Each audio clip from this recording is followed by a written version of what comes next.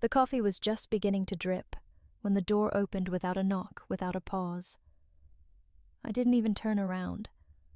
Only one person ever walked in like that anymore. Marcus. "Morning." I called out, reaching for the jar of grounds. He didn't answer right away. Just stood there quiet. Then, as I started stirring the sugar into my mug, his voice landed behind me flat, certain. "My wife, our kids, and her mom are moving in. We already decided. You live alone. It's settled." The spoon stopped. My hand hovered mid-air, caught in the space between calm and collapse. I didn't turn around. "We already decided," he'd said. Not can we not? How would you feel if just decided like this house, like my life, was just one more room they'd rearrange to fit their needs? I let the silence stretch, let it grow legs and lean against the cabinets. I needed him to feel it. But Marcus, as always, mistook silence for agreement. "There's no reason for you to be here alone, Mom. You've got 3 bedrooms. Ours is barely 2. The kids are crammed, and Martina's mom can't be left alone anymore. This just makes sense." I took a sip of coffee that tasted bitter now. My hand didn't shake. My mouth didn't open. But something inside me, something old and buried deep, did stir. I watched as he walked through the living room like he owned it, pointing at spaces like a contractor. "The kids can take your sewing room. Utilia gets the guest room. Martina and I will figure out the rest." He didn't see me watching him. He didn't notice the way I gripped the mug tighter with every step he took across my floors. In that moment, I realized he hadn't come to ask. He'd come to announce. I said nothing, just nodded slightly. The kind of nod you give a man who's already forgotten how many times you've said yes before. And when he left keys jingling like victory, I poured the rest of the coffee down the sink. I stood at the sink, rinsing out the bitter ring of coffee left in my mug, and the sound of the water took me back 2 years ago. Same kitchen, same silence. That afternoon, Martina had called in tears. Her mother, Otilia, had collapsed. A mass in her abdomen, something pressing on her organs. No insurance, no savings. They didn't know what to do. I remember hanging up and going straight to my bedroom closet. I didn't cry. I didn't hesitate. I pulled out the little blue box I'd tucked away after Michael died. Inside was the wedding ring he'd bought me when we still believed love could carry us through anything. I sold it the next morning quietly. No fuss, no announcements. Just walked into the jeweler's and asked what they'd give me for a life I could no longer wear on my hand. It covered most of the surgery. The rest I filled in from savings. Marcus had thanked me briefly. Martina cried. Otilia never called. I never told anyone how much it cost me. Not just the money, but the surrender. That ring was the last thing Michael had given me before the cancer. Before the bills. Before I became everyone else's solution. My house. This house was the only thing I'd ever built with my own hands. Paid off over 27 years. I cleaned other people's homes while raising Marcus and his sister alone. Day shifts and graveyard shifts just to keep the roof steady. Now they looked at it like square footage, like a layout on a brochure. The guest room they wanted for Otilia I'd saved for that furniture for 6 months. The sewing room for the kids. That was my quiet corner. The only place that still smelled like peace. They hadn't asked because they never thought they needed to. I'd always said yes. Always stretched a little thinner so they could be more comfortable. But as I wiped the counter, a dull ache bloomed in my side like a warning. Something had torn quietly deeply, and this time I didn't think it would stitch back together. Marcus came back the next morning as if afraid that yesterday's conversation hadn't been clear enough. He leaned back in the kitchen chair, acting like he was laying out furniture in a dollhouse. "So the kids will take your sewing room. It's got great light for their schoolwork, and they'll have more space to play." He didn't look up to see my jaw twitch. "And Aelia will be in the guest room," he continued. "She needs the bed close to the hallway. Less walking. You know how she is." As if I'd ever been allowed the space to know anything about Ottilia. "And you and Martina?" I asked, keeping my voice steady. He smiled like it was already decided. "We'll be on the pull-out in the living room for now, until we figure things out. For now." Those two words always meant one thing indefinitely. I nodded slowly. Fingers curled around the coffee mug I hadn't touched in 20 minutes. "Sounds planned," I murmured. He took that as agreement. Kissed my cheek. Said he had to go rent a van for Saturday. When the door shut behind him, I sat still, counted to 10. Then I reached for the landline. I made 3 calls that afternoon. One to my friend Yvette, who still worked at the county clerk's office. One to a lawyer I'd met years ago during the neighborhood zoning dispute. And one to someone I hadn't spoken to in over a decade, someone who owed me a favor. I didn't raise my voice. I didn't pace or panic. But something inside me had shifted into motion. The next day, Martina came by with a paper bag of sweet rolls and that practiced smile she wore when she wanted something. She walked in like she lived here, complimented my curtains, commented on how perfect the guest room was for her mother. Then casually she said, "The kids are so excited. They've already packed their boxes. Leandro even chose which corner of your sewing room he wants." I nodded. Just once. "Oh," she added with a little laugh. "Hope it's okay we told them it was official." I smiled back because in my mind it was official too. Just not the way they thought. Alda showed up with 2 black coffees, and that look in her eye, the one she used when her daughter tried to guilt-trip her into selling her car last spring. She didn't even sit before asking. They said what I told her, everything, every smug word, every detail of the plan. Marcus had laid out like he was rearranging furniture in a storage unit. I told her about Martina's sweet rolls and her hope it's okay smile. I even told her about the lie they fed the kids. Imelda listened lips tight, nodding in all the right places. She didn't interrupt. She didn't offer false comfort. When I finished, she leaned back and said, "You know this isn't about family. It's about control." I looked at her. I didn't want to believe that, but I remember when Marcus said he'd stay at Celine's for just a week after her divorce. Alda raised an eyebrow. He was there 2 years and never paid a cent. She sipped her coffee because he knew he didn't have to. That part stung, the truth of it. Marcus didn't offer rent. Didn't ask if I was okay with giving up my sewing room. Didn't even wait for an answer. He assumed I'd fold, like always. Imelda reached across the table and took my hand. "You've always given Karen, but giving isn't the same as being taken." "I know," I said. "I just didn't want to admit it. Not with my own son." "Well, it's time." We sat in silence for a moment before I pulled open the drawer beneath the phone and took out the envelope I'd started weeks ago before Marcus had even said a word. The deed copy, the will, the emergency plan I'd tucked away, but never finalized. Imelda nodded, her eyes steady. "Then let's make it official." That night she helped me pack up the documents, seal them in a file, and write out instructions.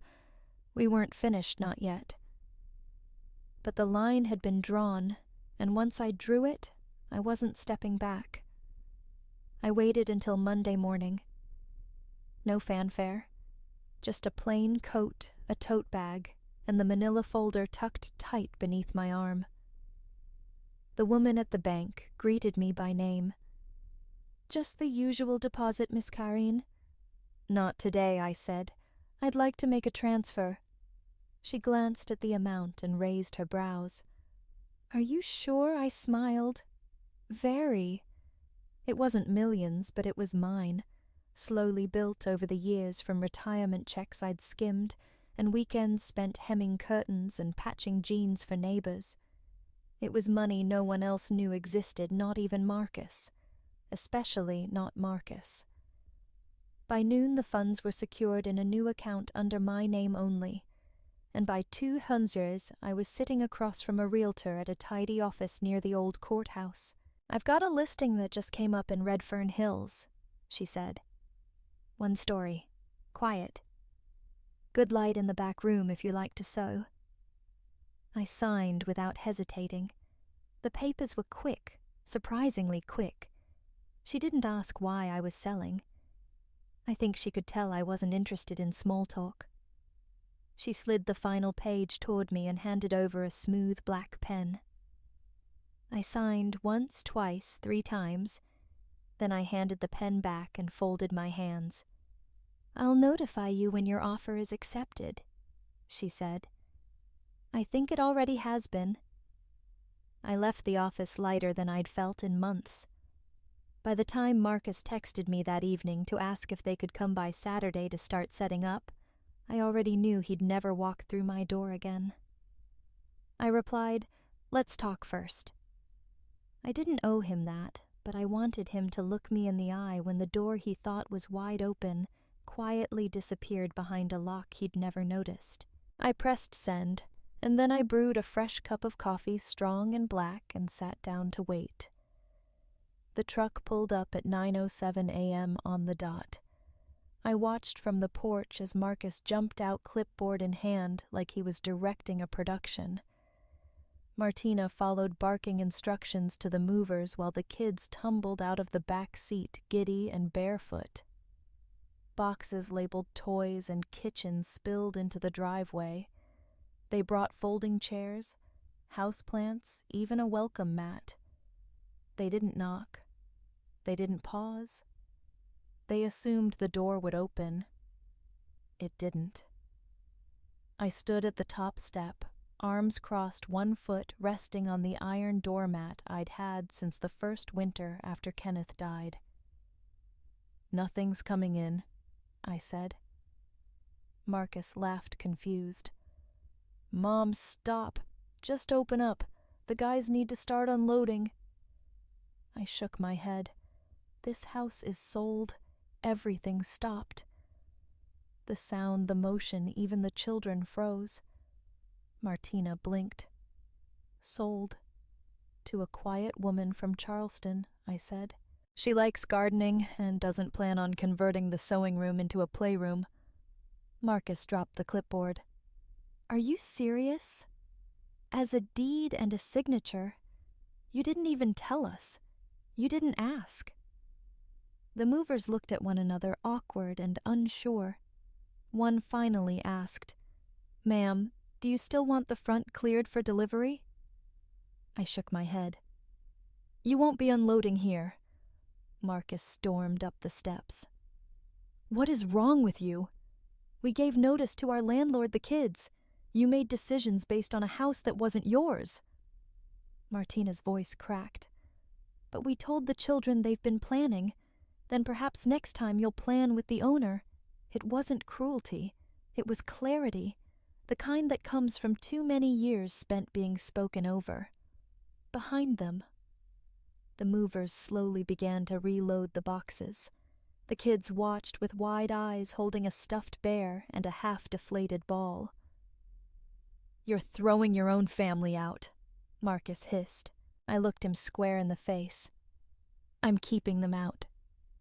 When the truck pulled away, every box still sealed, every item untouched. He came back Monday afternoon, uninvited. But not alone. Uncle Ned trailed behind him, holding his cap in his hands like it might shield him from what was coming. Marcus didn't even knock. He just barged in, his voice already raised. "This is getting ridiculous, Mom." I stood in the hallway, arms crossed, blocking the kitchen. "You wouldn't talk to me, so I brought someone neutral, someone who remembers when you used to be reasonable." Uncle Ned gave me a sheepish nod. "Saren, honey, maybe we can all sit down for a minute." I didn't move, but I let them follow me into the dining room. I placed 3 mugs of coffee on the table, mine still steaming, theirs already cooling. Marcus jumped in first. "We were counting on that house. You blindsided us. The kids are confused. Martina's been crying for days." I said nothing. Ned cleared his throat. "Nobody's saying you didn't work hard for it, Saren. But family's family, and maybe just a few months would have helped ease the transition." Still, I said nothing. Then came the flattery. "You've always been the rock," Marcus said, voice softening. "The strong one. You raised us alone. We just assumed you'd understand." I slid a folder across the table. Neither reached for it. Inside was everything. The deed, the sale, the bank, transfer, the new property title. All signed, all dated, all mine. Marcus finally opened it. His face shifted slowly from smug to stunned, then furious. "You planned this behind our backs." I met his gaze. No, I planned it quietly because I learned that speaking out only gave people time to stop me. Uncle Ned leaned back like the air had gone thin. "You really went through with it?" "Yes, but the house, the memories, it was never yours to take." Marcus stood too fast, the chair scraping hard. "You think this makes you strong? You just cut off your own family." "No," I said calmly. I finally stopped pretending. The chains were love. He left without a goodbye, slamming the door like punctuation. I picked up my coffee and called Alda. It was time to pack. I signed the final set of papers with a steady hand, the pen gliding across the lines with something that felt a lot like relief. The notary smiled, said congratulations, and slid the packet into a thick manila envelope. The house wasn't mine anymore, and I was glad. The realtor, a woman named Danielle with kind eyes and a firm handshake, handed me a single silver key. "Welcome home, Saren," she said. "West Eugene's quieter than you'd expect. I think you'll like it there." I nodded, clutching the key in my palm like it might vanish. 2 bedrooms, a bright kitchen, and a patch of earth out back waiting to bloom.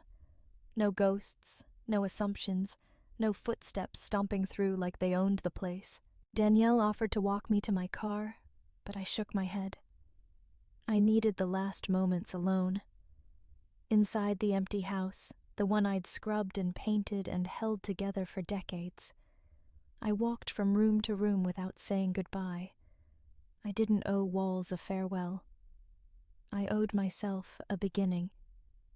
The hallway still smelled faintly of cinnamon from last December.